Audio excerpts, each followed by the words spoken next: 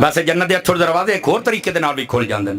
نبی پاک علیہ السلام نے ارشاد فرمایا، میں حدیث دا مفہوم عرض کر رہا ہوں، جس بندے نے وضو کیتا اور اچھا وضو کیتا اور اس تو بعد، یہ مسلم شریف کی حدیث ہے، اس تو بعد اس نے دوسرا کلمہ پڑھیا ہے، فرمایا اس واسطے جنت دے اٹھو دروازے کھل جاندے نے۔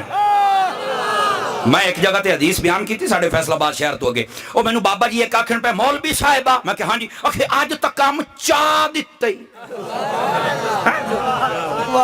میں نے کہا وہ کیسے؟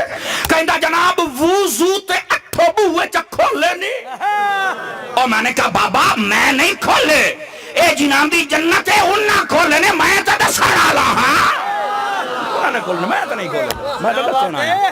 تو میں کہا بابا اپنا دماغ ادھر تے چلا گیا، ابھی مولوی نے آج کام چاہ دیتا ہے، بھئی ایک وضو تے جنت دے تھوڑ روازے کھول گئے۔ تو میں کہا بابا ادھے دماغ نہیں جاندہ کہ کدے؟ میں آکھیا جے وضو کرنا اٹھو بوئے کھول جاندن، تے جے بندہ وضو کر کے سجدہ چا کرے تے بات کتنے کھول سنے، داستا صحیح نا۔